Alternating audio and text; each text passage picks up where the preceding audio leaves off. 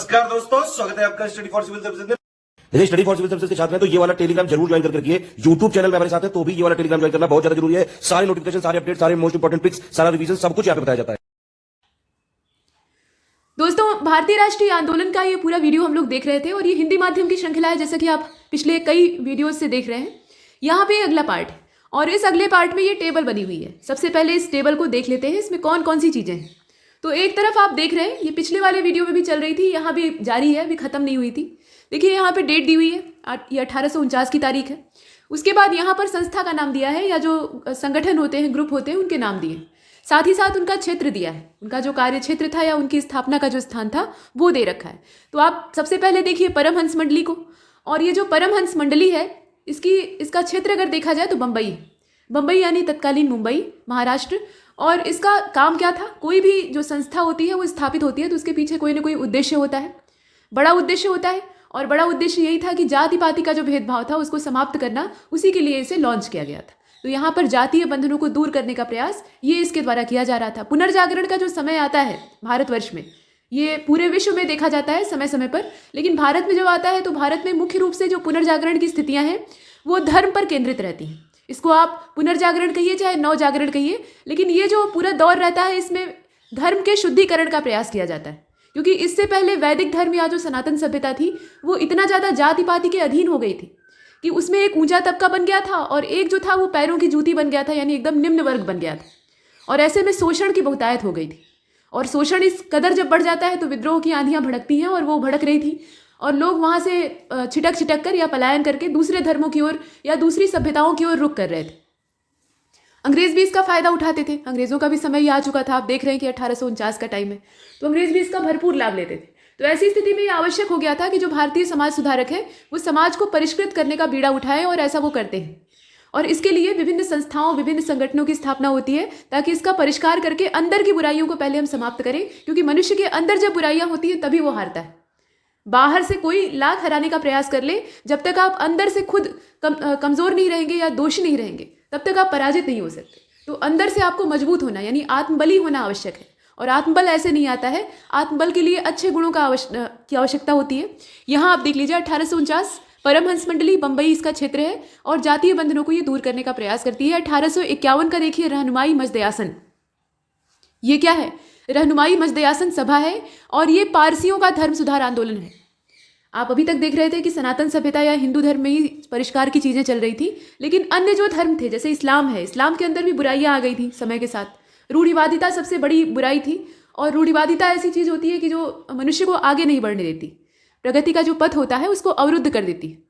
तो ऐसी स्थिति में आवश्यक था कि उसमें परिष्कार किया जाए, नए आधुनिक विचारों के साथ उन्हें जोड़ा जाए और उनके अंदर की जो बुराइयां हैं उनको दूर किया जाए। ठीक वही काम पारसियों के साथ भी था। तो पारसी जो समुदाय था इसमें भी रहनुमाई मजदयासन सभा जो है ये इनके परिष्कार का काम करने वाली थी। और इससे जुड़े हुए जो व्यक्तित्व हैं उनमें अगर आप देखिए तो यहाँ पर एस बंगाली का नाम आता है। दादा भाई नौरोजी तो थे ही, इनके बिना काम ही नहीं चलेगा। उसके अलावा फरदोन जी नौरोजी, इस प्रकार के अन्य जो यहाँ पे पारसी व्यक्ति हैं ये इसको संभाल रहे थे। पारसियों की दशा को सुधारने का प्रयास किया गया। और यहाँ पे आप देखिए कि जो राष्ट्रवाद की शुद्धता पे बल देता था, इस प्रकार की का जो संगठन है उसकी स्थापना की जाती है। रष्ट गोप्तार या रक्त गोप्तार जो कहा जाता था, ये सत्य की बातें, मतलब ये भाषा जो है यहाँ पे इसका शाब्दिक अर्थ क्या होगा, सत्य की बातें। तो यह एक पत्र था, इसका प्रकाशन किया जाता है। तो ये पारसियों के द्वारा, मतलब विशेष रूप से दादा भाई नौरोजी के द्वारा लॉन्च किया गया था। कुल मिलाकर आपने ये देखा 1851 की तारीख में। उसके बाद चलते हैं 10 साल आगे, यानी 1861 में यहाँ पर राधा स्वामी आंदोलन आपको दिखाई दे रहा है और इसकी स्थापना होती है उत्तर प्रदेश यानी आगरा में, मतलब उत्तर प्रदेश में आगरा जो जिला है वहाँ पर होती है। और तुलसीराम या शिवदयाल साहब, ये इन्हीं का नाम है, मतलब एक ही आदमी का नाम है, ऐसा नहीं कि 2-3 इंसान है। तुलसीराम या शिवदयाल साहब इनको कहा जाता था और ये स्वामी जी महाराज के नाम से विख्यात थे। इनके द्वारा इसे लॉन्च किया गया था, मतलब इसकी स्थापना की गई थी। उद्देश्य क्या था, सबसे बड़ी चीज़ तो यहाँ पे जो मोटिव होता है वो होता है, तो ये देखिए जीवात्मा तथा परमात्मा पर बल दिया गया। मतलब एक परम सत्ता है, एक परम आत्मा है, और जितनी भी आत्माएं हैं या जितने भी मनुष्य हैं उनके अंदर जो आत्मा का अंश है वो असल में इसी से निकल कर आया है और वापस इसी में समा जाता है। तो ईश्वर से हम लोगों का जन्म हुआ है और ईश्वर में ही फिर वापस विलीन हो जाना है, ये धारणा यहाँ से निकलती है। और इसीलिए आगे आप देखेंगे कि आत्मा तथा भक्ति के मिलन को मोक्ष प्राप्ति कहा जाता है। मतलब आत्मा के साथ जब भक्ति का मिलन होता है, भक्ति का मतलब क्या होता है, ईश्वर के साथ साक्षात्कार, भक्त जो होता है वो अपने भगवान से जुड़ा होता है, दोनों में कोई विशेष दूरी नहीं होती। तो ऐसी स्थिति में आत्मा का एक तरह से परमात्मा के साथ जब मिलन हो जाता है तो उसी को मोक्ष प्राप्ति का साधन बताया गया है, और ये सही बात है। मतलब हमारा दर्शन तो कम से कम यही कहता है। इसके बाद आप देखिए, शराब और मांसाहार, इसका विरोध किया गया। आज के समय में ये बुराइयां जो है फिर एक बार बहुत तेजी से पनपने लगी। ये दोनों बुराइयां हैं, शराब भी और मांसाहार भी। कुछ लोग कहते हैं कि मांसाहार कोई बुराई नहीं है, मेरी हैबिट है, लोग मांस खाते हैं, स्वतंत्र है उसके लिए, जो भोजन करना चाहे वो कर सकते हैं। लेकिन ये दोनों चीज़ें ऐसी होती हैं कि मनुष्य को हिंसक बनाती, और हिंसा की भावना जब एक बार या अशांति दिमाग में पनप जाएगी तो आप किसी भी लक्ष्य को कायदे से अचीव नहीं कर सकते, और इसीलिए इन्हें छुड़ाने की बात कही गई। मनुष्य जो है उसके खाने के लिए शाक सब्जियां ही पर्याप्त हैं, शाकाहार सबसे सर्वोपरि है, ये सब बातें इसमें कही गई। इसके अलावा धर्मशास्त्र, मूर्ति पूजा और जो तंत्र मंत्र की चीज़ें होती हैं उनका विरोध किया गया, क्योंकि ये आडंबर होते हैं। मूर्ति पूजा भी एक तरह का आडंबर है, भले ही हम सभी करते हैं, मतलब हिंदू सभ्यता जो है वो करती है मूर्ति पूजा, और बौद्ध धर्म में भी एक धड़ा जो है वो मूर्ति पूजा करता है। इस प्रकार की प्रथाएं बहुत जगह है, लेकिन असल में ये पाखंड ही तो है, क्योंकि ईश्वर का स्वरूप किसी ने देखा नहीं है, सबने अपनी कल्पना से गढ़ लिया है। अब ये बात अलग है कि भगवान को साधने के लिए, भगवान को प्राप्त करने के लिए जो ही माध्यम सिद्ध हो जाए वही काफ़ी है। इसके बाद सादगीपूर्ण जीवन पर बल दिया गया, आडंबर जो फैला हुआ था उसको नकार दिया गया। तो ये सब जो चीज़ें आप देख रहे हैं ये किसकी विशेषताएं हैं? ये राधा स्वामी आंदोलन है, जिसकी स्थापना आगरा में होती। उसके बाद चलते हैं 1866 की ओर। तो यहाँ पर देवबंद को आप देखेंगे। अब ये इस्लाम के अंदर जो शुद्धिकरण का काम चल रहा था उसकी बात है। देवबंद ये सहारनपुर वाला क्षेत्र है उत्तर प्रदेश में, इसकी स्थापना वहाँ पर होती है, मतलब ये आंदोलन था और इसकी स्थापना सहारनपुर देवबंद जो क्षेत्र है वहाँ पर होती है। मोहम्मद कासिम नानोतबी, ये इनका नाम है, इनको अच्छे से याद कर लीजिएगा, 1832 से लेकर 1880। और राशिद अहमद गंगोही इनका नाम था, ये संस्थापक थे। यहाँ जो आप देख रहे हैं ये फाउंडर्स के नाम है। और मौलाना अबुल कलाम आज़ाद, इसके अलावा मोहम्मद उल हसन और सिबली नुमावी, ये लोग भी सदस्य थे, मतलब ये भी कार्यकर्ता थे। तो इतने सारे नाम इससे जुड़े हुए हैं, इन सभी को आपको दिमाग में रखना है। इसके बाद देखिए इसकी क्या विशेषता थी, इसके अंदर कौन से लक्ष्य को लेकर चला गया था। तो इस्लाम की उदारवादी व्याख्या की गई, जो कट्टरपना इसके अंदर था उसको दूर करने का प्रयास किया गया, और उदारवादी जो स्वभाव होता है उसकी ओर बढ़ाने का प्रयास किया गया। इस्लाम की उन्नति के प्रयास किए जाते हैं, पाश्चात्य शिक्षा पद्धति जो है उसका विरोध किया जाता है। ये एक चीज़ आप देख रहे हैं। उदारवादी रवैया अपनाने का मतलब ये नहीं था कि यहाँ पे जो मॉडर्न यहाँ पे शिक्षा के प्रावधान चल रहे थे या टेक्नोलॉजी चल रही थी उसको एकदम से एक्सेप्ट कर लें, ऐसा नहीं था। इन्होंने क्या किया, जो पाश्चात्य शिक्षा अंग्रेज़ों के द्वारा डाली जा रही थी या यहाँ चलाई जा रही थी उसको नकार दिया। यह आंदोलन इसी संदर्भ में था। और सैयद अहमद खां के सिद्धांतों का यहाँ पे विरोध किया। असल में सर सैयद अहमद खां जो थे वो इस बात के पक्षधर थे कि मुसलमानों को भी या इस्लामिक जो लोग हैं उन्हें भी पाश्चात्य शिक्षा से यहाँ पे रूबरू होना चाहिए या उससे एक तरह से अवेयर होना चाहिए, क्योंकि इससे उन्नति होगी, इससे वो डेवलप होंगे और नई नई टेक्नोलॉजी सीखेंगे और विकास होगा। उनकी भी बात अपनी जगह सही थी। और यहाँ धर्म आधारित चूंकि ये आंदोलन था तो इसमें ये नकार देते हैं, बाहरी जो चीज़ें हैं उन्हें नहीं लेंगे। इसके बाद देखिए भारतीय राष्ट्रीय कांग्रेस की स्थापना का स्वागत करते हैं। तो कुछ चीज़ें इनकी सकारात्मक हैं और कुछ चीज़ें जो है वो नकारात्मक है। इसके बाद 1866 की ओर चलते हैं। 1866 ये भी था और ये वाला भी है। तो भारत का ब्रह्म समाज, ये कलकत्ता वाला क्षेत्र है, केशव चंद्र सेन, और ये समाज सुधारवादी था, इसमें कोई संदेह नहीं है। क्रांतिकारी समर्थन इसे प्राप्त था, क्रांतिकारियों का ये खुद समर्थन करता है। इसके बाद 1867 को देखिए, प्रार्थना समाज की स्थापना होती है बंबई में और आत्माराम पांडुरंग इसके संस्थापक रहते हैं। इसके अलावा इसमें जो जुड़े हुए फाउंडिंग मेंबर्स हैं उसमें गोविंद रानाडे का नाम आता है और आरजी भंडारकर है। यहाँ पे जो महादेव गोविंद रानाडे हैं उनका नाम आता है, साथ ही साथ आरजी भंडारकर है। और इसका उद्देश्य क्या था, मतलब प्रार्थना समाज क्यों स्थापित किया गया था? तो हिंदू धार्मिक विचारधारा और प्रथाओं में सुधार करने के लिए। जो हिंदुओं की धार्मिक विचारधारा थी वो कट्टरपंथी और रूढ़िवादी हो चुकी थी, उसमें तमाम जो प्रथाएं हैं वो बोझिल बन चुकी थी और बुराइयां थी। तो इन सबको दूर करके जितनी भी प्रथाएं या परंपराएं हैं उनको सुधार करना और सरल बनाना, साथ ही साथ एकेश्वरवाद का समर्थन करना। यहाँ आप देखेंगे कि जितने भी नवजागरण से संबंधित संस्थाएं हैं या आंदोलन उठकर खड़े हुए हैं उनमें एकेश्वरवाद और मूर्ति पूजा, मतलब एकेश्वरवाद का समर्थन किया गया है और मूर्ति पूजा का विरोध किया गया है। मतलब ईश्वर एक है और वो निराकार है, इस धारणा को ज़्यादा यहाँ तवज्जो दी गई है या बल दिया गया है। हालांकि कुछ ऐसे भी हैं जो कि इसका भी विरोध करते हैं। खैर, तो यहाँ देखिए एकेश्वरवाद का समर्थन किया गया और महिलाओं की दशा में सुधार का प्रयास किया गया। जैसे आप देखते हैं ना, 4 वर्णों में पूरा समाज जो था वो एकदम से कड़ाई से बांध दिया गया था। ये व्यवस्था इतनी ज़्यादा एक तरह से घुटन वाली हो जाती है कि सांस लेना दूभर हो जाता है। जो ऊंचे वाले थे वो तो मजा ले रहे थे, लेकिन जो नीचे वाले थे वो यहाँ पे एकदम त्रस्त हो गए थे, उनका जीना मुहाल हो गया था, वो चैन से जी नहीं सकते थे, पशुओं से भी बदतर स्थिति थी। और वही हाल महिलाओं का भी था। महिलाओं को एक सामान की तरह से ट्रीट किया जाता था, मतलब उसे अपनी उपभोग की वस्तु समझा जाता था। उससे शारीरिक सुख प्राप्त कर लिया, उससे बच्चे पैदा करवा लिए और उससे घर के काम करवा लिए, उसके बाद उसका कोई जो चौथा अस्तित्व है वो नहीं है, ऐसा बर्ताव होता था। तो इन सब चीज़ों को सुधारने की आवश्यकता थी और वो आप देख रहे हैं। इसके बाद आगे चलते हैं। जातीय भेदभाव का भी विरोध किया जाता है। तो कुल मिलाकर ओवरऑल समाज को सुधारने का प्रयास किया जाता है। 1870 को देखिएगा, तो 1870 की अगर बात की जाए तो इंडियन रिफॉर्म एसोसिएशन ये कलकत्ता में इस्टेब्लिश होती है। केशव चंद्र सेन जो है इसके संस्थापक हैं।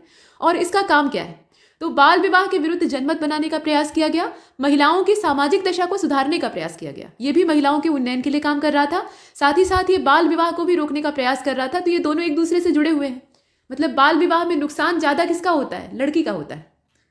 दोनों का होता है, ऐसा नहीं है कि दोनों एकदम से यहाँ पे तटस्थ रह जाएंगे, लड़के को कोई हानि नहीं होगी। जिंदगी दोनों की बर्बाद हो जाती है, लेकिन ज़्यादा बर्बाद होती है महिला की, क्योंकि उसे ज़्यादा झेलना पड़ता है। तो यहाँ पे महिलाओं की सामाजिक दशा सुधारने का जो प्रयास है उसी से जुड़ा हुआ है बाल विवाह निषेध। इसके बाद आप देखिए, विवाह की जो ब्रह्म पद्धति है उसको कानूनी दर्जा देने की वकालत की गई। मतलब ब्रह्म पद्धति का मतलब यह है कि यहाँ पे एक पुरोहित जो मुहैया कराए जाते हैं और जब तक वो मंत्रोच्चार नहीं करेंगे तब तक जो आयोजन है वो सफल नहीं होगा, ऐसा कोई प्रावधान न रहे। एक सरल पद्धति है जिससे कि आप विवाह कर लेंगे और आराम से अपनी जो जिंदगी है उसको गुजारेंगे। बहुत ज़्यादा उसमें जो टीम टाम है या कर्मकांड है उसकी आवश्यकता नहीं है। तो उसके लिए ब्रह्म पद्धति का यहाँ पे वकालत किया गया। उसको कानूनी दर्जा दिया जाए। कानूनी दर्जा देने का मतलब क्या होता है कि जब कानून का उस पर एक हाथ लग जाएगा या एक तरह से मान्यता उसे मिल जाएगी तो लोग उसे डर के मारे मानेंगे, डर के मारे एक्सेप्ट करेंगे। इसके बाद 1875 में चलते हैं, 5 साल बाद, बीच में 5 साल। तो 1875 की अगर बात करें तो आप जानते हैं कि आर्य समाज की स्थापना होती है और ये बंबई में होती है। बताने की आवश्यकता नहीं है कि किसने की थी। हाँ, एक चीज़ है कि इनका बचपन का नाम मूल शंकर था, इसको याद रखिएगा। मूल शंकर इनके बचपन का नाम था।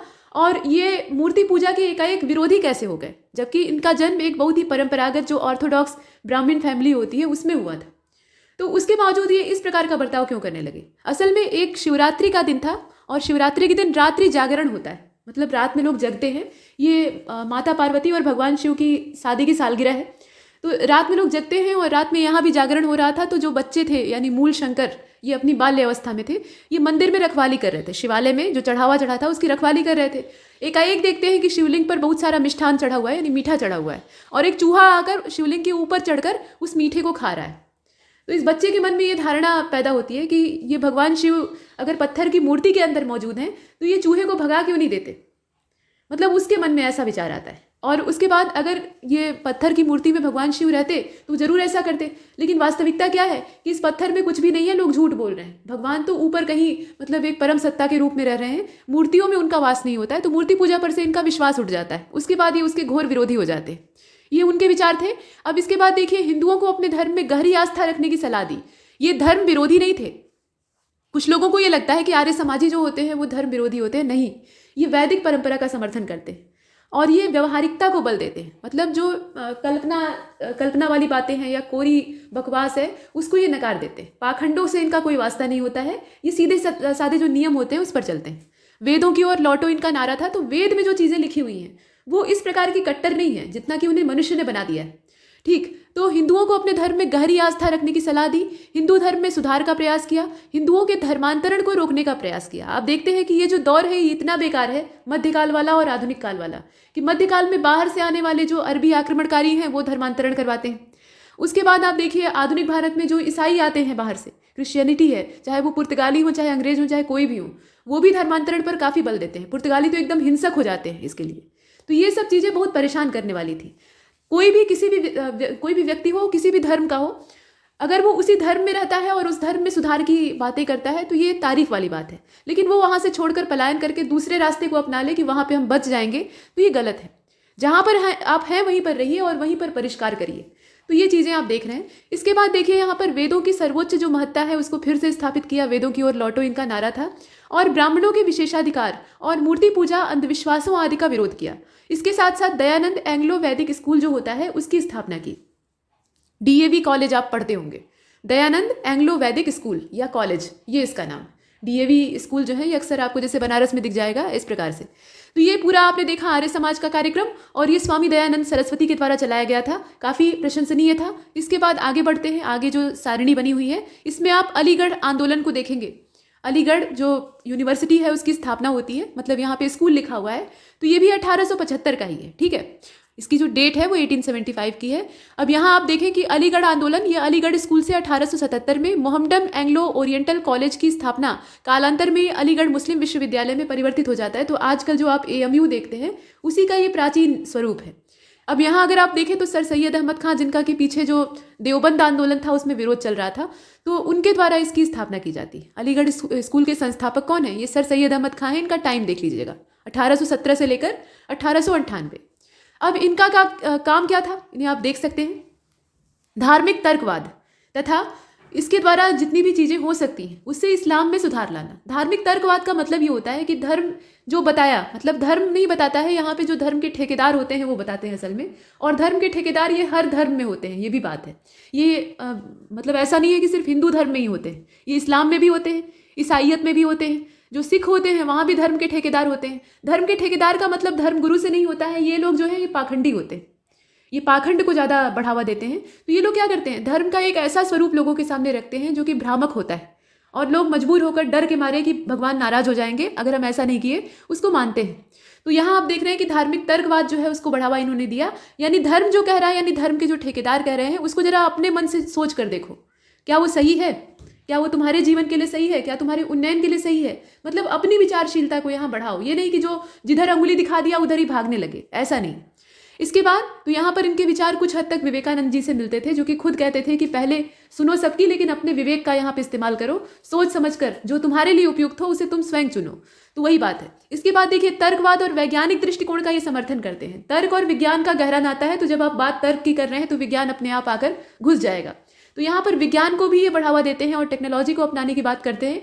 मतलब कुल मिलाकर जो आधुनिक शिक्षा या पाश्चात्य शिक्षा है उससे इन्हें कोई गुरेज नहीं था। इसके बाद देखिए, यहाँ पे समाज सुधार का प्रयास करते हैं। जो इस्लाम धर्म में अंदर की बुराइयां थी या सामाजिक बुराइयां थी उसको दूर करने का प्रयास करते हैं।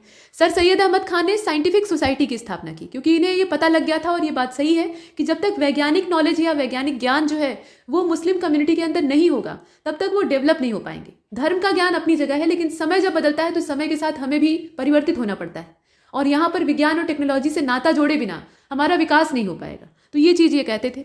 और उसके साथ यहाँ कुछ और बातें हैं, जैसे आप देख रहे हैं कि 1870 में तहजीब उल अखलाक नाम का जो उर्दू पत्र है उसका प्रकाशन ये प्रारंभ करते हैं। तो दोनों तारीखें आपको याद रखनी है, साइंटिफिक सोसाइटी की जो इस्टेब्लिशमेंट की डेट है और यहाँ पे तहजीब उल अखलाक नाम का जो उर्दू पत्र है उसकी जो डेट है, मतलब पब्लिकेशन की जो तारीख, ये दोनों आप देख लीजिए। उसके बाद चलिए एनी बेसेंट की ओर, लेकिन एनी बेसेंट से पहले जो थियोसॉफिकल सोसाइटी के मूल संस्थापक हैं उनके नाम हमें देखने। यहाँ देखिए 1875 की तारीख है। 1875 काफ़ी महत्वपूर्ण सन है, इसमें बहुत सारी महत्वपूर्ण संस्थाएं या महत्वपूर्ण जो कार्यक्रम है वो इस्टेब्लिश होते हैं। तो 1875 थियोसॉफिकल सोसाइटी, इसकी स्थापना न्यूयॉर्क में की जाती है। ये मद्रास में इस्टेब्लिश नहीं होता है, इसकी स्थापना मूल रूप से न्यूयॉर्क में हुई थी, लेकिन बाद में इसका मुख्यालय मद्रास के निकट जो अड़यार नाम का क्षेत्र था वहाँ पे शिफ्ट कर दिया गया। पहले एक समय था कि ये जो उस समय के रूलर थे मैसूर वाले, उनके अधीन हुआ करता था। खैर, यहाँ पे आधुनिक काल की बात हो रही है, तो अड़यार नाम का जो क्षेत्र था वहाँ पे इसे शिफ्ट कर दिया जाता है। इसकी स्थापना करने वाली एक रशियन वुमेन थी, इनका नाम था मैडम SP ब्लावस्की, और 1831 से लेकर 1891 इनका टाइम है। इसके अलावा एक अमेरिकन यहाँ पे थे, इनका नाम था कर्नल HS अलकार्ट। मतलब इन्हें हम ऐसे देखते हैं, मैडम ब्लावस्की और कर्नल अलकार्ट। तो ब्लावस्की जो थी वो रशियन थी और अलकार्ट जो थे वो अमेरिकन थे, इसे आपको ध्यान देना है। इन दोनों के द्वारा इसे इस्टेब्लिश किया गया था। तो फाउंडर कौन है, यहाँ पे ये दोनों हैं। अब इसकी प्रोपेगेटर कौन है, तो प्रोपेगेटर जो है वो एनी बेसेंट है, जो कि कालांतर में इससे जुड़ जाती हैं, और उनकी जो कर्म भूमि रहती है वो भारतवर्ष, भारत में ये अपना पूरा कर्म क्षेत्र बनाती हैं, और इसी वजह से ये जो मुख्यालय इसका है, हेडक्वार्टर है, ये न्यूयॉर्क से यहाँ पर शिफ्ट हो जाता है। ये बातें हमने देखी। उपनिषदों से ये प्रेरणा लेते हैं, भारत के दर्शन से इन्होंने बहुत कुछ सीखा था, तो उपनिषदों से ये प्रेरणा लेते हैं, वेदांत दर्शन को महत्व देते हैं, और प्राचीन धर्म, दर्शन और मानवता का प्रचार करते हैं। तो दर्शन और धर्म से इनका भी नाता है, लेकिन धर्म का जो वास्तविक स्वरूप है उसको ये अपनाते हैं। इसके बाद 1878 में चलते हैं। 1875 में बहुत सारी चीज़ें हमने देखी हैं। यहाँ पर साधारण ब्रह्म समाज कलकत्ता वाला जो है उसे आप देख रहे हैं, और इसकी जो डेट है वो 1878 है। शिवनाथ शास्त्री और आनंद मोहन बोस ये हैं, आपको दिखाई दे रहे हैं। और इसमें यहाँ पर जो इसका कार्यक्रम था, मतलब इस पूरे जो आप देख रहे हैं संस्था है या संगठन है, इसका समाज सुधार का उद्देश्य था। और समाज सुधार में बहुत सारी चीज़ें आती हैं, जैसे विधवा पुनर्विवाह, बाल विवाह पर रोक लगाना। इसके अलावा जो सती प्रथा थी वो अब तक खत्म तो हो चुकी थी, लेकिन उसके बावजूद कहीं चोरी छिपे अगर होती थी तो उस पर पाबंदी लगाना, ये सब इनके काम होते थे। इसके अतिरिक्त देखिए, महिलाओं को पढ़ाने लिखाने वाला जो काम था वो भी करते थे। पहले के समय में स्त्री शिक्षा ये काफ़ी डल थी, तो उसको भी ऊपर करने की आवश्यकता थी। 1884 की जो डेट है उसको देखिएगा, दक्कन एजुकेशनल सोसाइटी, ये पूना की है, इसकी स्टैब्लिशमेंट होती है। महादेव गोविंद रानडे, वी छिब्दोनकर इनका नाम है, यहाँ बीच में ये डैश लगा हुआ है, ठीक है। ये बीजी छिब्दोनकर है, इसके अलावा जीवी अगरकर, ये सभी जो है ये फाउंडर हैं, तीनों यहाँ पे फाउंडर हैं। तो संस्थापक का नाम पूछेगा और विकल्प में अगर ये तीनों नाम हैं और डी वाले के तौर पे दिया है कि उपरोक्त सभी, तो उपरोक्त सभी को आप चुनिएगा। और अगर ऐसा नहीं है तो 4 नाम आपको मिलेंगे, उसमें से कोई एक नाम जो है इसमें से मैच करेगा, उसे आपको सेलेक्ट करना है। लेकिन ये याद रखना है कि ये सभी संस्थापक हैं। पश्चिम भारत में शिक्षा और संस्कृति को प्रोत्साहन देना ये दक्कन एजुकेशन सोसाइटी का उद्देश्य था। और उसके साथ साथ ये 1885 पूना में जो फर्ग्यूसन कॉलेज है उसकी स्थापना होती है। पश्चिम क्या, ये जो दक्षिण पश्चिमी क्षेत्र था वहाँ पे सक्रिय थे। इसका नाम है ना दक्कन एजुकेशन सोसाइटी, तो पश्चिम के साथ साथ जो दक्षिणी इलाका था वहाँ भी इनका प्रभाव दिखाई देता है। इसके बाद चलते हैं फिर से एक बार 1885 में, सेवा सदन बम्बई वाला जो है इसे आप देख रहे हैं, बहराम जी एन मालाबारी के द्वारा ये स्टैब्लिश किया जाता है। बाल विवाह का ये विरोध करते हैं, विधवा पुनर्विवाह की वकालत करते हैं, सामाजिक रूप से जो शोषित महिलाएं हैं, शोषण के शिकार हैं, उनका उत्थान करने का प्रयास करते हैं।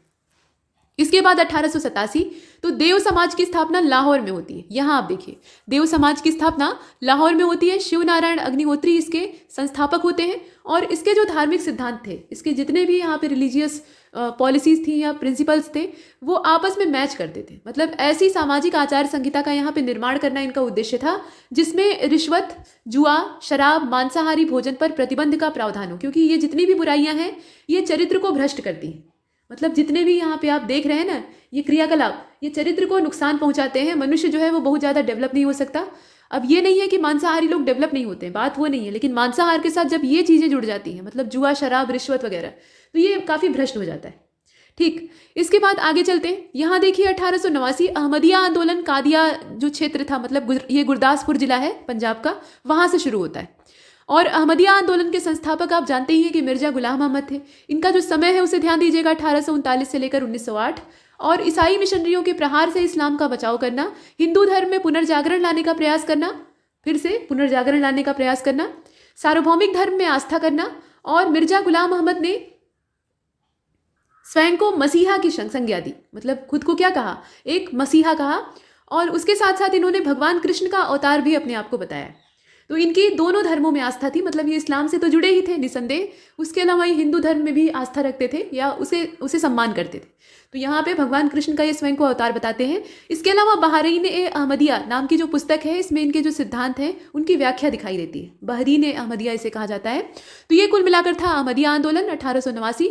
इसके बाद नेक्स्ट यहाँ पे 1892 का जो मद्रास हिंदू एसोसिएशन है, ये वीरेश लिंगम पंतलू के द्वारा चलाया गया था और सामाजिक शुद्धता लाना इसका उद्देश्य था। इसके अलावा जो दक्षिण भारत के मंदिरों में देवदासी परंपरा थी, ये बड़ी ही भ्रष्ट परंपरा हो गई थी। शुरुआत में क्या होता था, लोग अपनी लड़कियों को मंदिर के लिए या ईश्वर की दासी के रूप में समर्पित कर देते थे और वहाँ पर रहकर वो मंदिर की देखरेख और मंदिर की सेवा करने का काम करती थी, मतलब ईश्वर की सेवा करती थी। तो शुरुआत में तो बहुत पवित्र था, लेकिन बाद में क्या होता था, मतलब वो एक तरह से ब्रह्मचारिणी होती थी और वहाँ संन्यास का जीवन गुजारती थी, धर्म कर्म के काम करती थी और ईश्वरीय जितने भी वहाँ पे क्रियाकलाप होते थे उसको करती थी। लेकिन समय के साथ साथ क्या होता है कि वहाँ भ्रष्टाचार व्याप्त हो जाता है। जो मंदिर के धर्माधिकारी या जो ठेकेदार टाइप के लोग होते थे, वो इनका दैहिक शोषण करने लगते हैं, मतलब मंदिरों का भी नाम कलंकित करने लगते हैं और अपने चरित्र पर तो धब्बा लगाते ही हैं।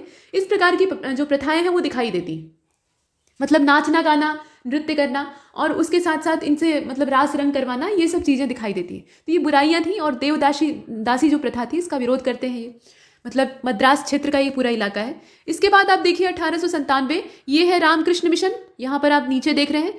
स्वामी विवेकानंद इसके संस्थापक हैं, नरेंद्रनाथ दत्त इनका नाम था, आप जानते ही हैं। और ये कालांतर में जो बेलूर और मायावती वाला क्षेत्र था उसमें अपनी जो मूल गतिविधियां हैं उसका केंद्र बनाता है। बंगाल में इसकी स्थापना जरूर की गई थी। यहाँ आप देखिए, आप बेलूर मठ के तौर पे देखते हैं, लेकिन इसकी स्थापना कहाँ पे होती है, जो बंगाल वाला क्षेत्र था वहाँ पे होती है। 1863 से लेकर 1902 ये इनका समय है, मतलब विवेकानंद जी का।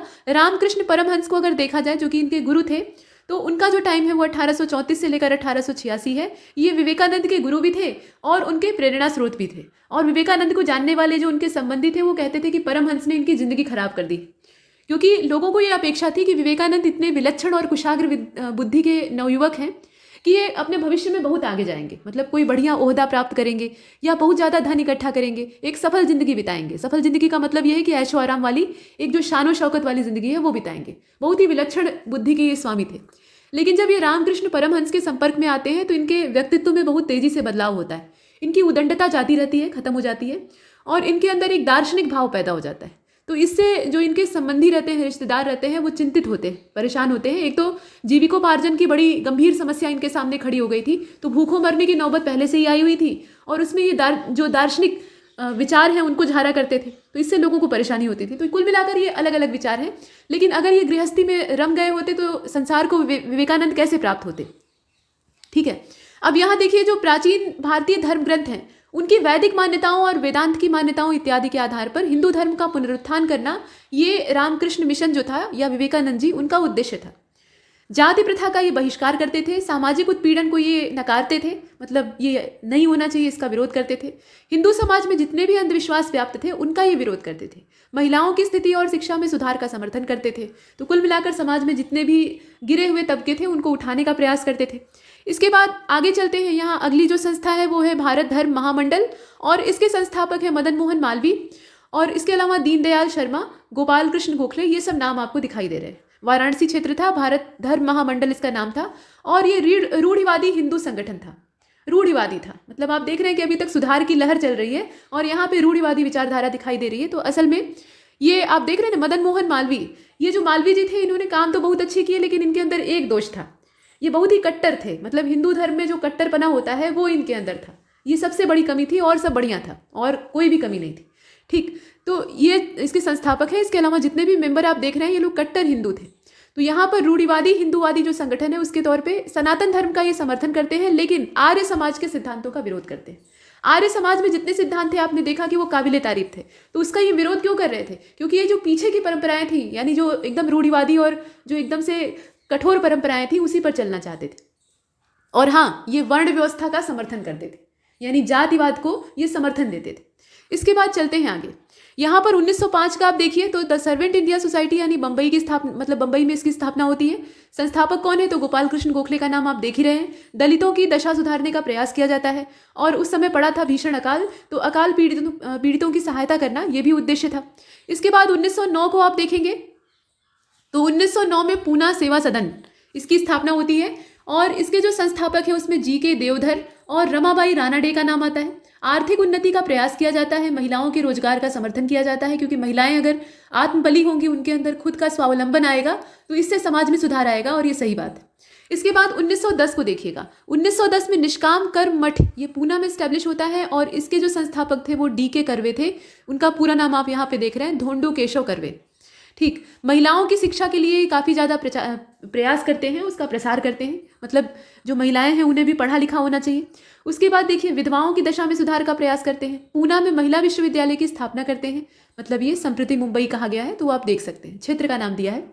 कुल मिलाकर महिलाओं की स्थिति सुधारने का इनके द्वारा पुरजोर प्रयास किया जाता है। उसमें आपने देखा कि शिक्षा का ये प्रसार करवाते हैं, विधवाओं की दशा सुधारने का प्रयास करते हैं, और उसके साथ साथ पढ़ाई लिखाई का बंदोबस्त करने के लिए एक जो वुमेन यूनिवर्सिटी है उसकी स्थापना करते हैं।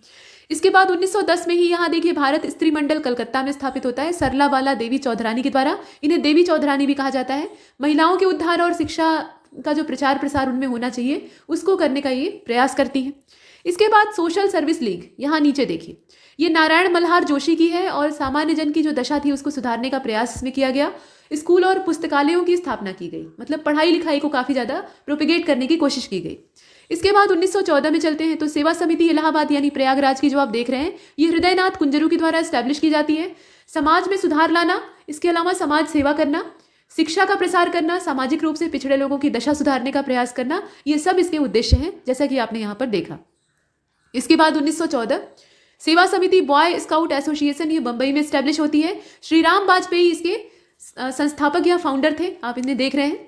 यहाँ पर देखिए इसका उद्देश्य क्या था। भारत में बॉय स्काउट आंदोलन, इसमें पूर्ण भारतीयकरण उत्पन्न करना, मतलब इसमें जितने भी लोग हों वो सभी भारतीय हों, ऐसा प्रयास करना, और पूरी तरह से ये भारतीय विचारधारा के हिसाब से चले, ये इनका उद्देश्य था। इसके बाद 1917 में चलते हैं। यहाँ पे आप देख लीजिए the Indian women's association, the Indian women's association, ये मद्रास का है।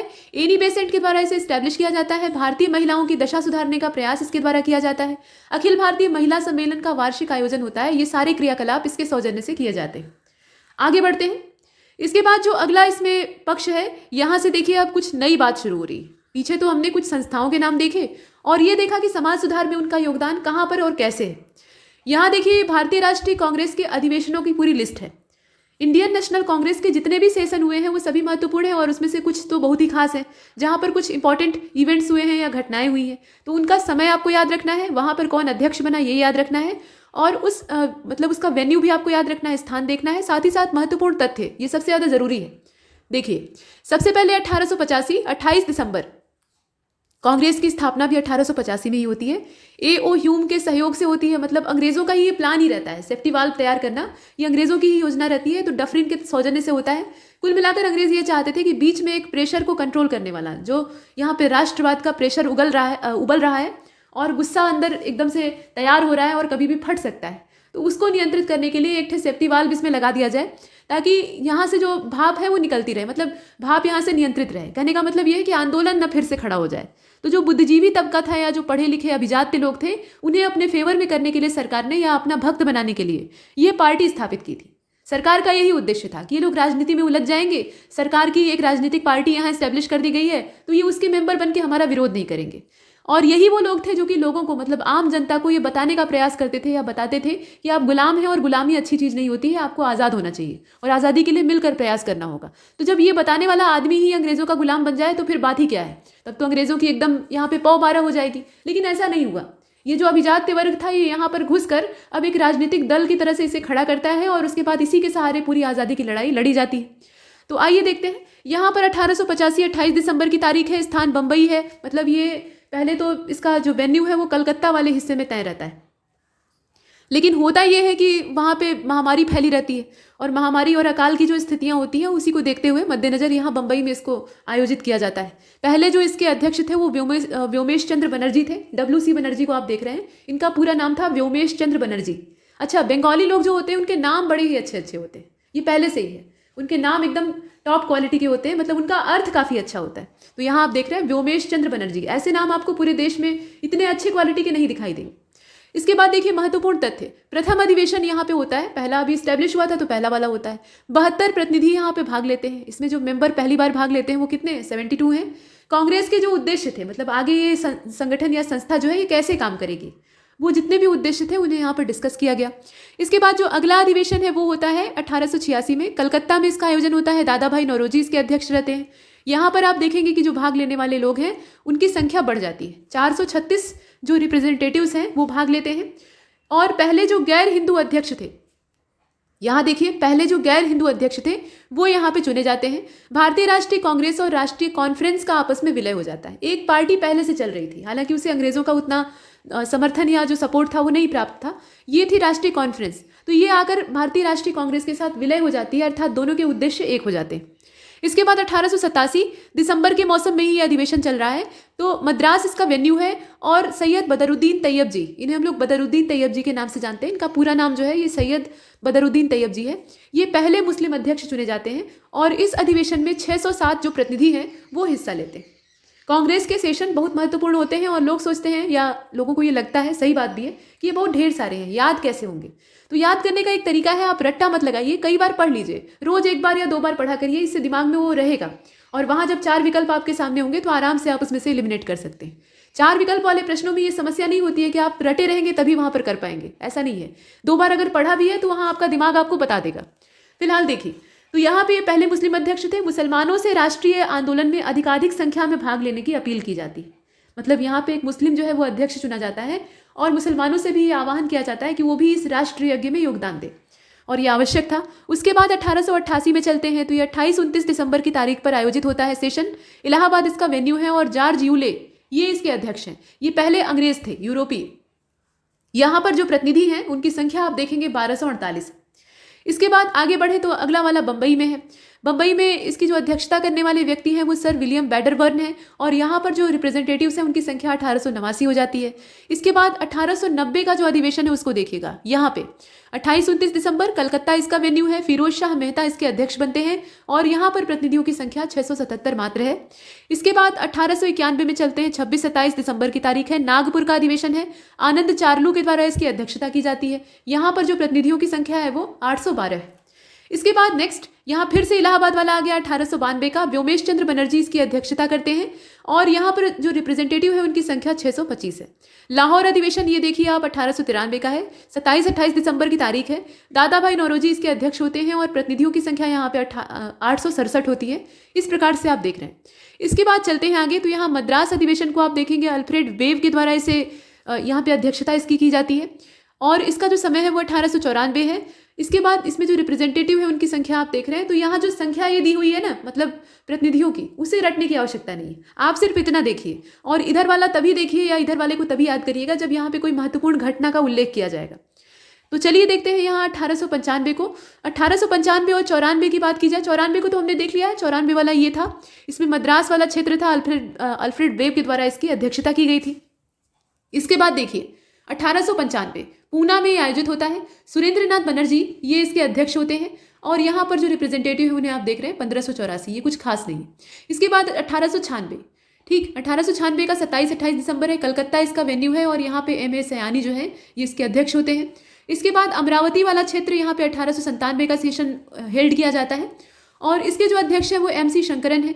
इसके बाद मद्रास वाला अगला सेशन है 1898 का। आनंद मोहन बोस के द्वारा इसकी अध्यक्षता की जाती है। यहाँ जो रिप्रेजेंटेटिव है वो 614 है। इसके बाद लखनऊ अधिवेशन को आप देखेंगे। रमेश चंद्र दत्त के द्वारा इसकी अध्यक्षता की जाती है। डेट जो है वो 1899 की है, 27-28 दिसंबर की। भू राजस्व को स्थायी बनाने की मांग की जाती है, मतलब स्थायी करने की मांग की जाती है और साथ ही साथ 740 जो प्रतिनिधि हैं वो यहाँ पे सम्मिलित होते हैं। तो यहाँ एक मेन बात है कि भू राजस्व को स्थायी करने की डिमांड की जाती है, इसको ध्यान दीजिएगा। इसके बाद आगे बढ़ते हैं। यहाँ देखिए लाहौर अधिवेशन सन 1900 का आपको दिखाई दे रहा है। यहाँ पे है 27-28 दिसंबर इसकी तारीख है, वही फिक्स यहाँ डेट है, कभी कभी चेंजेस आए हैं। लाहौर इसका वेन्यू है और इसके जो अध्यक्ष थे वो N.G. चंद्रवर्कर थे। प्रतिनिधियों का यहाँ पे जो मेन बात है वो क्या है, प्रतिनिधियों की जो संख्या है वो 567 है। इसके बाद 1901 का देखिएगा। 1901 का जो सेशन था ये डेट वही है सेम। कलकत्ता इसका वेन्यू है। दिनशा वाचा इसके, दिनशा ई वाचा इनका पूरा नाम था।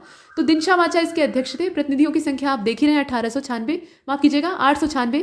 इसके बाद 1902 वाला ये 23 से लेकर 26 दिसंबर इसके बीच में हेल्ड किया जाता है, मतलब बीच में आयोजित होता है और अहमदाबाद इसका वेन्यू था, यानी गुजरात का क्षेत्र। सुरेंद्रनाथ बनर्जी इसके अध्यक्ष थे और 471 इसमें जो रिप्रेजेंटेटिव हैं वो हिस्सा लेते हैं। इसके बाद आप 1903 का देखेंगे। यहाँ पे 28 से 30 दिसंबर तक ये आयोजित होता है। मद्रास इसका क्षेत्र है। लाल मोहन घोष जो हैं ये इसके अध्यक्ष चुने जाते हैं। प्रतिनिधियों की संख्या आप देख लीजिएगा, वो उतनी इंपॉर्टेंट नहीं है। इसके बाद देखिए 1904, तो 1904 वाला देखिए ये 26-28 दिसंबर, मतलब 26 से लेकर 28 दिसंबर के बीच में हेल्ड होता है मुंबई में और इसके जो अध्यक्ष थे वो सर हेनरी कॉटन थे।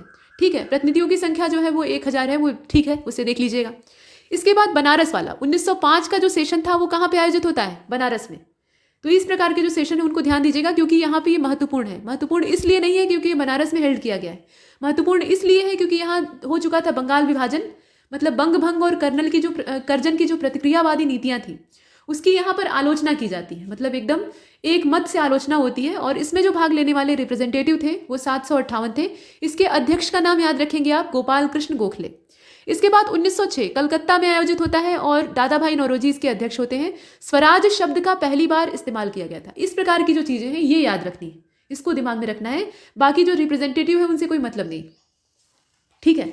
तो स्वराज शब्द का पहली बार प्रयोग कहाँ पर किया गया था, ये कलकत्ता अधिवेशन था, लेकिन कलकत्ता अधिवेशन कई बार हो चुका है। तो डेट आप याद रखिएगा 1906 वाला, मतलब ये 26 से लेकर 29 दिसंबर 1906 में आयोजित होता है कलकत्ता में और इसके अध्यक्ष होते हैं जो the grand old man of India है, यानी दादा भाई नौरोजी। और यहाँ पर स्वराज शब्द का पहली बार इस्तेमाल किया जाता है। इसके बाद 1907 को आप देखेंगे, सूरत अधिवेशन था और यहाँ पे रास बिहारी घोष के द्वारा इसकी अध्यक्षता की गई थी। और आप जानते हैं कि ये अधिवेशन काफ़ी गहमा गहमी के साथ समाप्त होता है, जूतम पैजार की नौबत आ जाती है, मतलब मारामारी छिड़ जाती है। और यहाँ विवाद इतना भयंकर खड़ा हो जाता है कि कांग्रेस से एक जो पक्ष था वो बाहर का रास्ता नाप लेता है। होता यह है कि कांग्रेस पूरी जब से स्थापित हुई थी तब से नरमपंथियों का वर्चस्व यहाँ स्थापित था, इस्टेब्लिश था। और नरमपंथी जो थे वो किसी और कोई दाल यहाँ गलने नहीं देते थे। और उस समय जब ये देखा गया कि आज़ादी मिलने में इतना समय क्यों लग रहा है, तो जो गर्मपंथी या गर्म दिमाग वाले लोग थे वो इतना सब्र नहीं रख पाए, तो वो अपनी नीतियां लेकर आगे आ जाते हैं। मतलब वो लीड करना चाहते हैं, मतलब इसे पूरी पार्टी को अपना नेतृत्व देना चाहते हैं। इसी को लेकर भिड़ंत होती है और अंत में ये जो गर्म दल वाले हैं ये बाहर का रास्ता नाप लेते हैं। हालांकि बाद में एकीकरण होता है। इसके बाद आप देखिए आगे, यहाँ जो 1908 का है, यहाँ कांग्रेस का विभाजन हो जाता है। इसके बाद 1908 का आप देखेंगे 29 से 30 दिसंबर इसका आयोजन का समय है। मद्रास इसका क्षेत्र है, रास बिहारी घोष, और यहाँ पे कांग्रेस के संविधान को आकार दिया जाता है। यहाँ आप देखिए 1909, तो 1909 का लाहौर अधिवेशन है। मदन मोहन मालवीय इसके अध्यक्ष होते हैं। इंडियन काउंसिल एक्ट 1909 का जो यहाँ पे प्रावधान है, मतलब भारतीय परिषद अधिनियम, मर्ले मिंटो सुधार जिसको कहा जाता है, उसमें सांप्रदायिक आधार पर जो निर्वाचन पद्धति की व्यवस्था होती है उसको लॉन्च किया गया था। तो उसे यहाँ पर कांग्रेस के द्वारा अस्वीकार कर दिया गया। जो मर्ले मिंटो रिफॉर्म के नाम से सांप्रदायिक निर्वाचन की पद्धति लॉन्च की गई थी सरकार के द्वारा 1909 में, उसको यहाँ पे अस्वीकार कर दिया गया। और ये क्षेत्र था लाहौर का। यहाँ पे अध्यक्ष कौन थे? मदन मोहन मालवीय थे। इसके बाद चलिए आगे, तो 1910 में चलते हैं। यहाँ इलाहाबाद में इसका आयोजन होता है स्टेशन का। विलियम बेडरवर्न इसके अध्यक्ष थे। प्रतिनिधि यहाँ पे सम्मिलित होते हैं और उनकी संख्या कितनी है? ये 636 है। इसके बाद 1911 की ओर चले, कलकत्ता अधिवेशन है, ये आप देख रहे हैं। और विशन नारायण धर इसके अध्यक्ष थे। यहाँ पे जो रिप्रेजेंटेटिव है वो 446 है। इसके बाद नेक्स्ट, तो यहाँ अगर आप देखें तो इलाहाबाद वाला दिखाई दिया आपको, उसके बाद कलकत्ता वाला दिखाई दिया। अब नीचे है 1912 का जो कि है बांकीपुर। तो बांकीपुर वाला जो है इसके अध्यक्ष कौन थे? ये RN मुंदकर थे। कुछ और खास नहीं है, बस इसमें अध्यक्ष का नाम आपको देखना है, स्थान देखना है। इसके बाद देखिए कराची वाला, ये नवाब सैयद मोहम्मद के नेतृत्व में या उनकी अध्यक्षता में होता है। डेट जो है वो 1913 की 26 से लेकर 28 दिसंबर की है। यहाँ जो रिप्रेजेंटेटिव है वो 550 है। इसके बाद मद्रास में अगला वाला होता है। मद्रास में 1914 वाला होता है। भूपेंद्र नाथ बोस या बसु जो है ये इसके अध्यक्ष होते हैं। इसके बाद आप 1915 का देखेंगे, बंबई में आयोजित होता है। SP सिन्हा इसके अध्यक्ष थे। ये बेकार है, इसको देखने की आवश्यकता नहीं है। उसके बाद 1916, यहाँ देखिए 26 से लेकर 30 दिसंबर इसका जो आयोजन का समय है उसे आप देख रहे हैं। और ये महत्वपूर्ण है, यहाँ आप देखिए कि लखनऊ इसका वेन्यू है। अंबिकाचरण मजूमदार इसके अध्यक्ष थे। और कांग्रेस के जो गर्म और नरम दल थे उनका एकीकरण एक बार फिर से हो जाता है। और मुस्लिम लीग और कांग्रेस के बीच में यहाँ पे एक समझौता होता है। तो 1916 से लेकर 1922 तक का जो समय था, इसमें मुस्लिम लीग ने कांग्रेस को सपोर्ट किया था। ये आप देखते हैं। इसके बाद चलते हैं आगे, तो यहाँ आप 1917 को देखेंगे। कलकत्ता में आयोजित होता है। एनी बेसेंट इसकी अध्यक्षता होती है, अध्यक्षा होती है। और ये पहली महिला अध्यक्ष थी। पहली भारतीय महिला अध्यक्ष नहीं थी, पहली महिला अध्यक्ष थी। ये भारत की नहीं थी, आयरलैंड की रहने वाली थी, आप जानते ही हैं। इसके बाद 1918 की ओर चले तो ये दिल्ली अधिवेशन था। मदन मोहन मालवीय इसके अध्यक्ष थे। सुरेंद्रनाथ बनर्जी सहित अनेक जो नरमपंथी थे उनका इस्तीफा यहाँ पे दिखाई देता है, मतलब वो इस्तीफा दे देते हैं। इसके बाद 1918, 26 से लेकर 31 दिसंबर, ये दिल्ली वाला आपने देख लिया। उसके बाद 1919 को देखिए, तो 1919 का जो अधिवेशन है ये भी काफ़ी महत्वपूर्ण है। महत्वपूर्ण इसलिए है क्योंकि इसका वेन्यू पहले देखिए अमृतसर, मोतीलाल नेहरू इसके अध्यक्ष होते हैं। जलियांवाला बाग नरसंहार हो चुका था इस समय तक, मतलब यहाँ पे आप देख रहे हैं ना डेट 27 से 28 दिसंबर, और जलियांवाला की जो डेट है वो 13 अप्रैल की है। तो ये नरसंहार पीछे हो चुका है और इसकी यहाँ पे काफ़ी हद तक निंदा की जाती है, मतलब एकदम से घोर निंदा की जाती है। और खिलाफत आंदोलन को समर्थन देने का फैसला किया जाता है। इस समय तक आते आते जो बाहर युद्ध की गतिविधियां चल रही थी उसमें तुर्की के खलीफा को पूरी तरह से सरकार ने, मतलब ब्रिटिश सरकार ने अपने कंट्रोल में ले लिया था। कहने का मतलब यह है कि उनके जो पद का दोहन है वो किया था और इसकी वजह से जितना भी मुस्लिम समुदाय था वह असंतुष्ट हो गया था। अब यहाँ पे ये धार्मिक आंदोलन था, लेकिन गांधी जी ने इसे जो मुस्लिम कम्युनिटी है उसका साथ पाने के लिए समर्थन देने का फैसला किया। तो यहाँ पे कांग्रेस भी इनके पक्ष में रहती है। कुल मिलाकर खिलाफत आंदोलन के साथ ये लोग इन्वॉल्व हो जाते हैं। लेकिन जलियांवाला बाग इसी समय हुआ था तो उसका विरोध भी होता है। साथ ही साथ नागपुर अधिवेशन को आप देखेंगे, ये 1920 का है और यहाँ पर कांग्रेस का नया संविधान बनाया गया। ये महत्वपूर्ण है, इसको ध्यान दीजिएगा। इसके अतिरिक्त यहाँ देखिएगा, देखिए ये C विजय राघवाचार्य, ये इसके अध्यक्ष थे। वेन्यू याद रखिएगा, अध्यक्ष का नाम, और यहाँ पर खास बात क्या है तो नया संविधान बनता है वो विशेष। 1921 में चलते हैं, 27 से 28 दिसंबर, अहमदाबाद इसका क्षेत्र है और देशबंधु चितरंजन दास ये इसके अध्यक्ष थे। CR दास यानी चितरंजन दास के जेल में होने के कारण हमीम अजमल खां ये कार्यकारी अध्यक्ष बनाए गए। ये जेल में चले जाते हैं तब तक जब तक इन्हें वहाँ पे अध्यक्ष बनना रहता है, और ऐसी स्थिति में एक कार्यवाहक अध्यक्ष का यहाँ चुनाव होता है और कार्यवाहक कौन है, ये अजमल खां है। इसके बाद आप आगे चलिए तो यहाँ पे बिहार का क्षेत्र गया वाला आपको दिखाई दे रहा है। 1922 का ये अधिवेशन है। चितरंजन दास इसके अध्यक्ष होते हैं। स्वराज पार्टी की स्थापना होती है मोतीलाल नेहरू और CR दास के सौजन्य से। इसके बाद काकीनाडा, यहाँ आप देख लीजिए, ये 1923 का है, 28 से 31 दिसंबर इसकी डेट है। काकीनाडा और दिल्ली में विशेष अधिवेशन भी होता है साथ ही साथ। तो यहाँ अगर आप देखें तो मौलाना मोहम्मद अली और अबुल कलाम आज़ाद का नाम आता है। सबसे कम उम्र के कांग्रेस के अध्यक्ष चुने जाने वाले ये व्यक्ति थे। स्वराज दल को परिषद के चुनावों में भाग लेने की अनुमति प्राप्त होती है। इस प्रकार की जो महत्वपूर्ण घटनाएं हैं वो इस समय होती हैं। तो इधर वाले अधिवेशनों में आप देख रहे हैं कि गतिविधियां तेज हो जा रही हैं और ये आगे और बढ़ेंगी।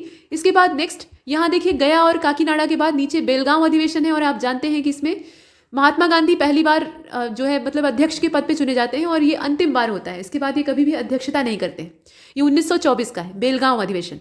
उसके बाद देखिए यहाँ 1925, ये भी खास है। खास इसलिए है क्योंकि श्रीमती सरोजनी नायडू यहाँ पे अध्यक्षा चुनी जाती हैं। कानपुर अधिवेशन है ये, और ये पहली भारतीय महिला अध्यक्ष थी।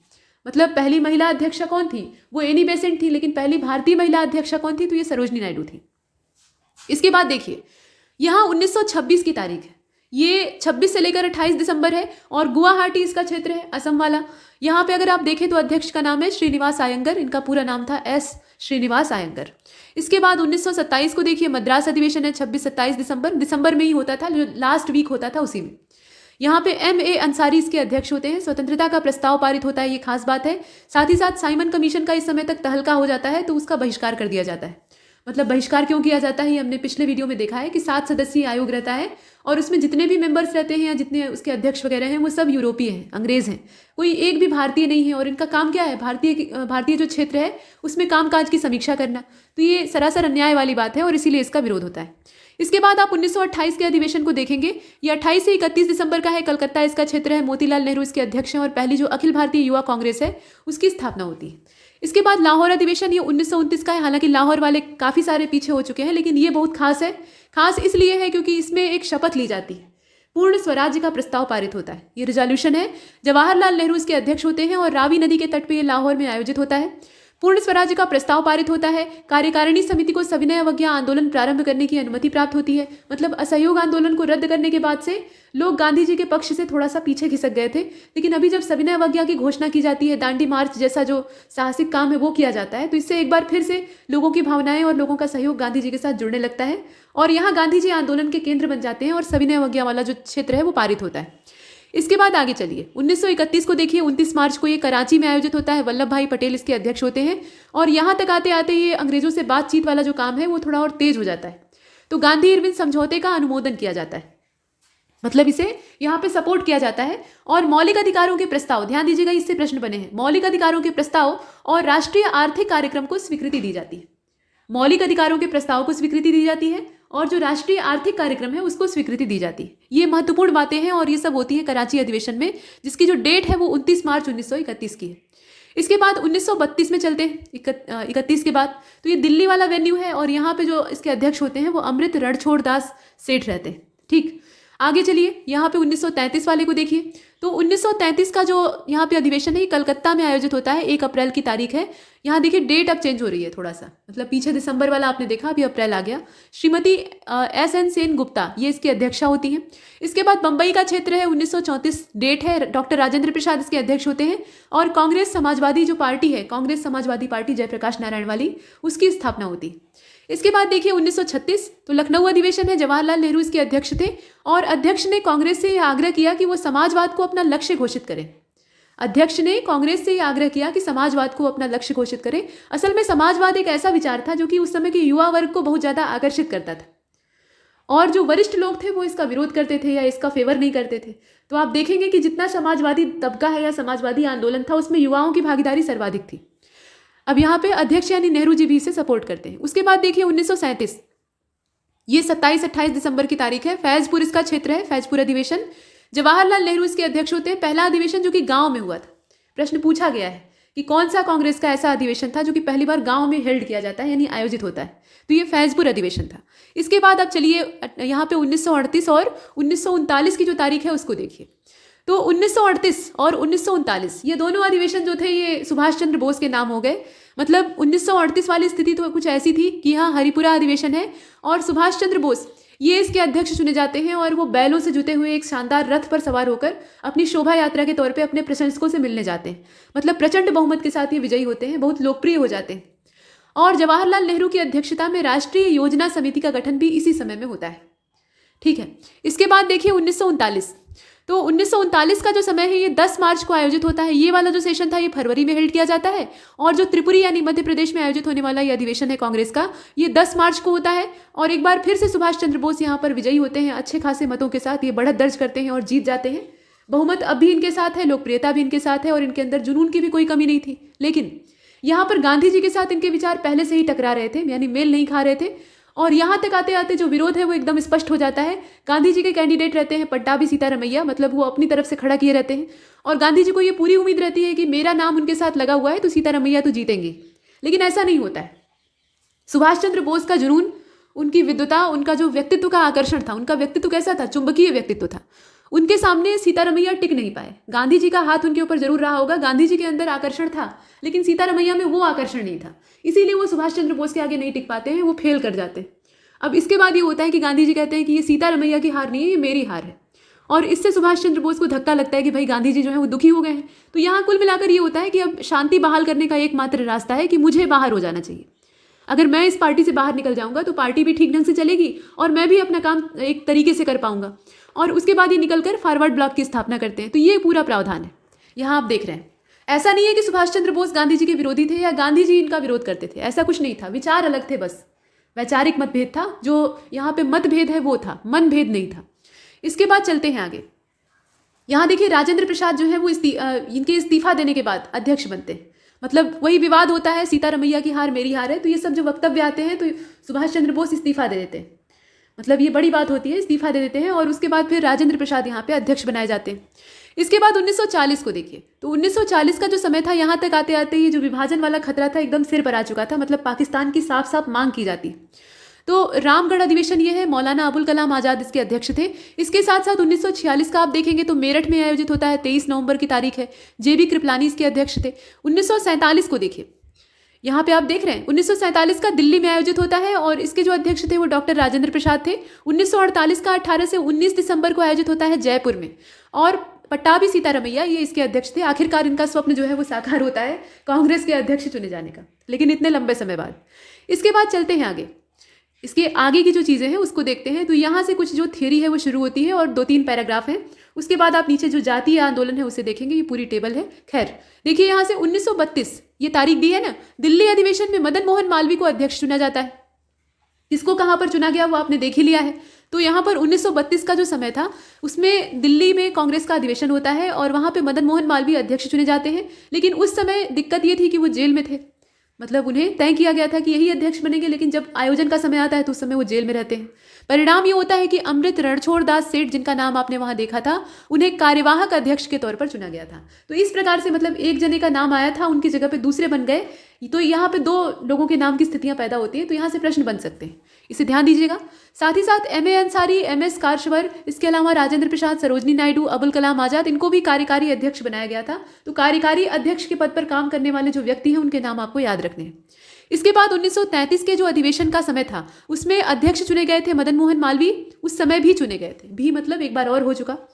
अब यहाँ पे फिर से जेल में थे, और उसके बाद श्रीमती नलिनी सेन गुप्ता को कार्यकारी अध्यक्ष चुना गया। मतलब ये 2 बार चुने जाते हैं और दोनों बार जेल में रहते हैं। इसके बाद 1930, 1935 और 1940 से लेकर 45 इसके बीच में कांग्रेस के कोई भी अधिवेशन को आयोजित नहीं किया गया था। ठीक है, यहाँ पर कोई भी जो अधिवेशन है वो आयोजित नहीं होता है। कारण ये है कि उस समय पूरा जो दौर था वो अशांति वाला था, मतलब स्थिर स्थितियाँ नहीं थी, और कांग्रेस का कोई भी सेशन आयोजित नहीं होता है। मतलब पहले से जो चल रहा था अध्यक्ष का पद वो चलता रहता है। तो यहाँ तक हमने इसे कंप्लीट किया है। कांग्रेस के जितने भी अधिवेशन थे, महत्वपूर्ण हो सकते थे जानकारियाँ आदि, उन्हें देखा है। अब इसके बाद जो अगला हमारा टॉपिक होगा वो जातीय आंदोलन होगा। इसमें हम आंदोलन का वर्ष देखेंगे, क्षेत्र देखेंगे, कारण और प्रभाव क्या होता है वो देखेंगे। लेकिन इस लेक्चर में इतना ही, इसमें यहीं पर समाप्त करते हैं, नहीं तो वीडियो बहुत लंबा हो जाएगा। ये आगे वाली वीडियो में चर्चा होगी। तब तक के लिए नमस्कार।